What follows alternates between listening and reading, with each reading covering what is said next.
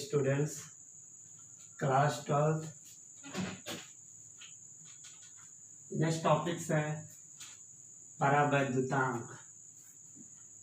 देखिए, परावैद्युतांक जो है किसी माध्यम के निरपेक्ष विद्युतशीलता एवं वाय या निर्वात के विद्युतशीलता के अनुपात को उस माध्यम का परावैद्युतांक कहते हैं। कहने का मतलब है, अगर माध्यम कोई भी हो, चाहे वाय हो या निर्वात, वाय या निर्वात में जो होगा उसका परावैद्युतांक जो होगा उसका मान जो होगा 1 होगा।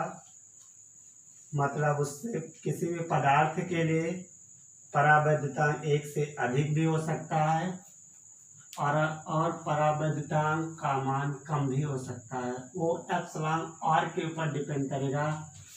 जो परावैद्युतांक मतलब आपेक्षिक विद्युतशीलता है एप्सिलॉन आर, वो यहाँ पे डिपेंड करेगी इसके मान पे।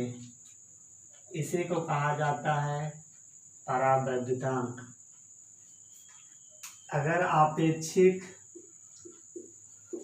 अगर इसका डेरिवेशन समझा जाए तो जो आपेक्षिक विद्युतशीलता होती है,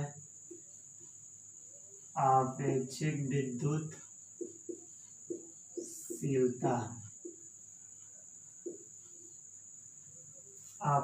विद्युतशीलता एवं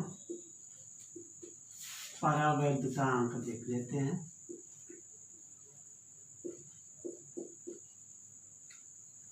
परावैद्युतांक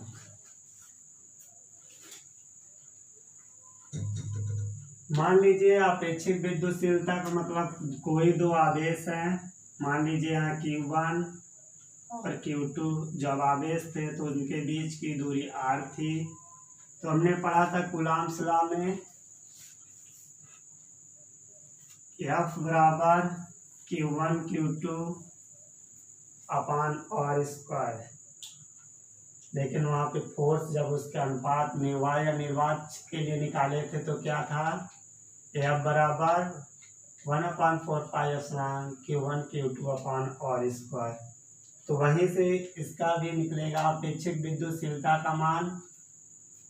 यदि आपेक्षिक, अगर उसको उलट करके मान लिया जाए, यदि आपेक्षिक विद्युतशीलता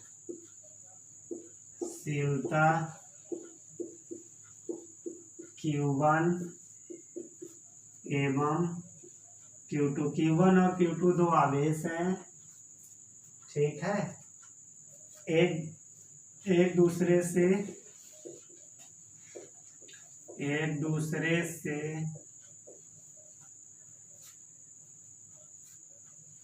r दूरी पर स्थित है। वही चीज जो कूलॉम्स लॉ में पढ़े हैं। वाई Q1 Q2 क्या था, फर्स्ट पॉइंट्स Q1 और सेकेंड पॉइंट Q2, इनके मध्य की दूरी r थी।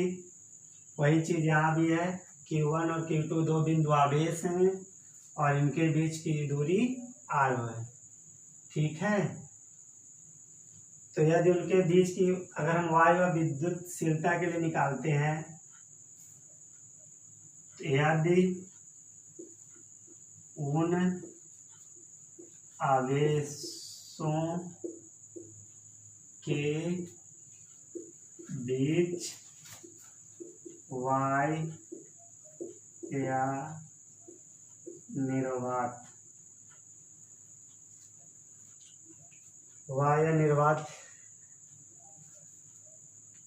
के लिए मान F, यदि उन आवेशों के बीच वाय या निर्वात हो तो उनके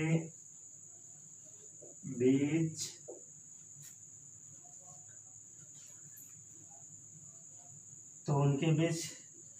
देखिए, उनके बीच या तो आकर्षण बल लगेगा या तो प्रतिकर्षण। यदि प्लस प्लस चार्ज रहेंगे तो रिफ्लेक्शन होगा, मतलब प्रतिकर्षण होगा। यदि प्लस माइनस रहेंगे तो आपस में आकर्षण होगा। वही चीज यहाँ भी है। यदि उन आवेशों के बीच वायु या निर्वात हो तो उनके बीच लगने वाला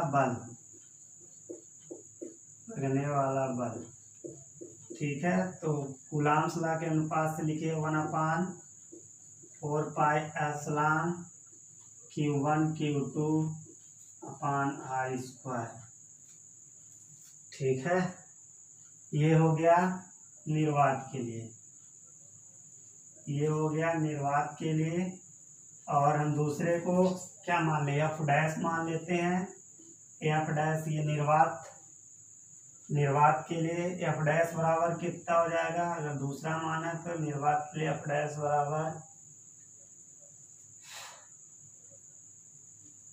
अभी निर्वात के लिए निकाल दीजिए 1/4πε। वायु निर्वात के लिए कोई परावैद्युतांक माध्यम के लिए लीजिए Q1 Q2 अपान r²। ठीक है, अब आगे निकाल दीजिए इसी माध्यम पर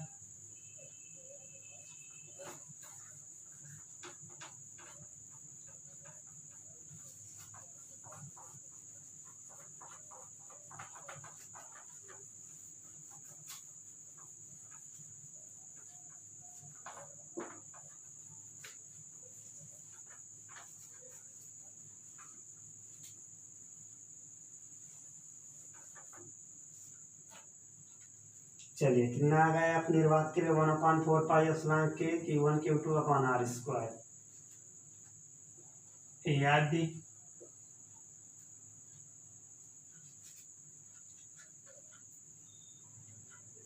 चलिए अगला है F निर्वात के लिए 1/4πε Q1 Q2 अपान r²। यह दोनों आवेशों के बीच वायु या निर्वात के अतिरिक्त कोई अन्य माध्यम हो तो उन आवेशों के बीच लगने वाला बल कितना हो जाएगा, यही से निकालिए। ये वायु या निर्वात के लिए किसी माध्यम में, मतलब F कोई माध्यम ले लीजिए, कोई भी माध्यम हो सकता है, या तो वायु या तो निर्वात। तो ये इसका मान कितना होगा 1/4πε Q1 Q2 अपान r। यहाँ पे 1/4πε0 Q1 Q2 अपान r है, लेकिन यहाँ क्या है 1/4πε Q1 Q2 अपान r²। यहाँ भी वही चीज है और यहाँ पे, लेकिन यहाँ पे जो एप्सिलॉन है किसी मीडियम के लिए हम लिख देते हैं, इससे यह पता चलता है कि यहाँ ये कोई मीडियम रखा हुआ है। और यहाँ पे निर्वात है, तो ये इसको समीकरण 2 दे दीजिए, और जो यहाँ पे आया हुआ है किसी निर्वात के लिए इसको समीकरण 1 दे दीजिए। यहाँ पे एप्सिलॉन ये क्या है, यहाँ पे एप्सिलॉन जो है वायु या निर्वात की विद्युतशीलता है। मतलब यहाँ पे जो एप्सिलॉन है निर्वात की विद्युतशीलता।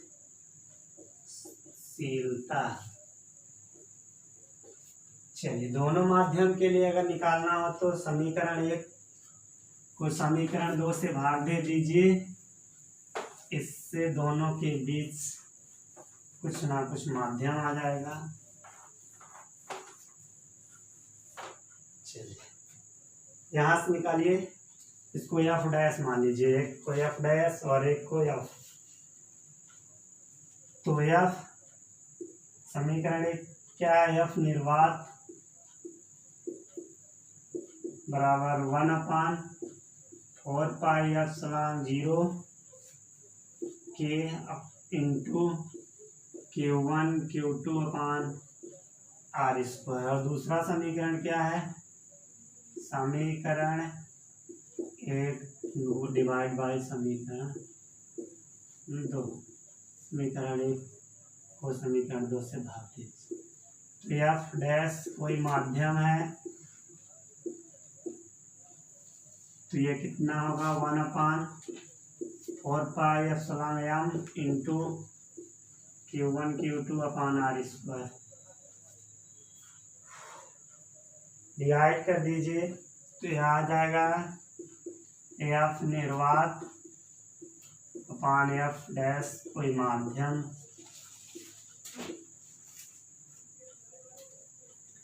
Q1 Q2 upon R square पूरा डिवाइड हो जाएगा, Q1 Q2 upon R square, नीचे और ऊपर कैंसिल आउट, और यहाँ कितना बचेगा 1/4 एप्सिलॉन के है और यहाँ 1/4 एप्सिलॉन एम है, तो यहाँ जो एप्सिलॉन एम बचेगा और वहाँ पे एप्सिलॉन, तो यहाँ पे एप्सिलॉन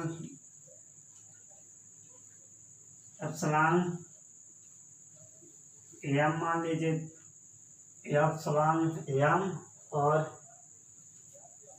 एप्सिलॉन के, ठीक है। अगर हम वाई निर्वात के लिए इसको पूरा क्या अगर एप्सिलॉन और डिपेंड कर दें तो कितना माना जाएगा, एफ माध्यम और एफ निर्वात के लिए अगर हम एप्सिलॉन के और एप्सिलॉन आर को हम एप्सिलॉन और मान दें तो वाई निर्वात के लिए कोई माध्यम आ जाएगा एप्सिलॉन और, मतलब फार्मूला बन जाएगा जो इसको मान लेते हैं एप्सिलॉन आर, तो फार्मूला क्या आ जाएगा वाई निर्वात के लिए, फार्मूला बना दीजिए, माध्यम कोई माध्यम की है तो माध्यम की विद्युतशीलता और अपान में देखिए एफ डैश हो गया माध्यम की विद्युतशीलता और ये निर्वात की विद्युतशीलता है, निर्वात की विद्युतशीलता,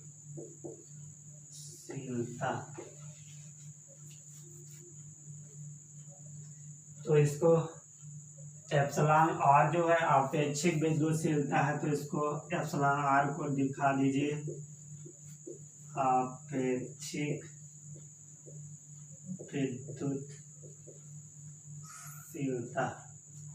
ठीक है।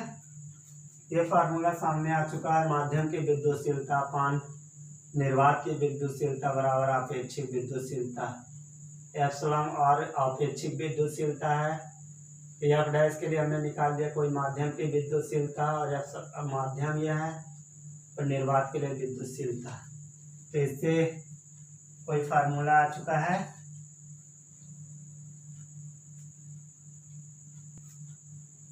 चलिए आगे है नोट पॉइंट, परावैद्युतांक दो समान राशियों का अनुपात होता है, अनुपात मतलब रेशियो जैसे क्लास पहले 5th में पढ़े हो गए रेशियो बी, तो 1:1, वह यहाँ भी वही है, परावैद्युतांक दो समान राशियों का अनुपात होता है, मतलब कोई भी मान लीजिए ए कोई राशि है और बी भी कोई राशि है, तो क्या है दोनों राशियों का अनुपात बराबर होना चाहिए, जैसे 1:1, ये दोनों राशियां क्या है, अगर एक भी बराबर है तो बी भी बराबर है। दूसरा है वाई निर्वात का परावैद्युतांक 1 होता है, प्रत्येक पदार्थ का परावैद्युतांक 1 से अधिक या कम हो नहीं, मतलब कहने का मतलब है कोई भी पदार्थ रहेगा उसका परावैद्युतांक जो होगा एयर को छोड़ के मतलब 1 से अधिक होगा, मतलब 1 से अधिक हो सकता है, कम नहीं हो सकता, मतलब यहाँ एक रिप्रेजेंटेशन 1.0059, सभी पदार्थों के लिए अलग अलग परावैद्युतांक होता है, ठीक है। धातु जो है मेटल जो है धातु का परावैद्युतांक अनंत होता है, और कांच का परावैद्युतांक और जल का परावैद्युतांक ये दोनों इंपॉर्टेंस हैं ऑब्जेक्टिव के लिए। जो कांच का परावैद्युतांक 8 होता है और कांच का परावैद्युतांक 5 होता है और जल का परावैद्युतांक 8 होता है, ठीक है। ये वाला जो क्वेश्चन है पिछली बार जेईई मेंस में था, ये ऑप्शनल क्वेश्चन है।